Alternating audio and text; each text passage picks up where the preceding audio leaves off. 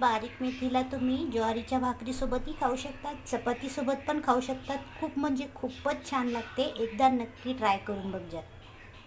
सगळ्यांना आज मी बनवते छोटी बारीक मेथी. एक पळी तेल. पॅन ऑलरेडी गरम झालेला आहे. तेल गरम झाला, त्याच्यामध्ये मी एक कांदा घालते. अद्रक, लसूण आणि मिरची.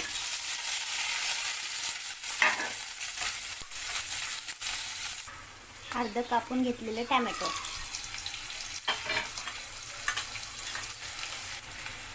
थोडी हळद.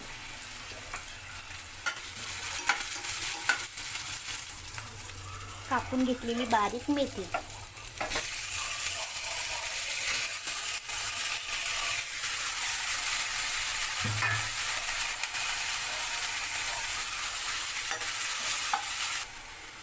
चवीप्रमाणे मीठ.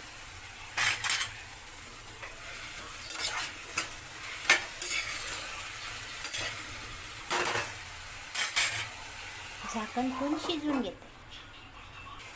याच्यामध्ये थोडं ओलं नारळ. ओलं नारळ घातल्याने खूप सारी चव येते याला.